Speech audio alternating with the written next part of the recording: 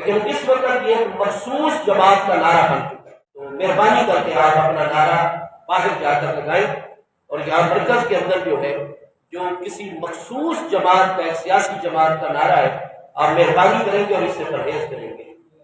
کہتے ہیں یہ سیاسی نعرہ ہے. میں کہا یہ تو اپنی اپنی قسمت کی بات ہے نا، یہ تو اپنی اپنی قسمت کی بات ہے. کئی دودھ پینے والے بچے بھی لبیک کا نعرہ لگا دیں اور کئی عشق رسول کے دعویٰ کرنے والے کہیں یہ سیاسی نعرہ ہے. یہ تو اپنی اپنی قسمت کی بات ہے.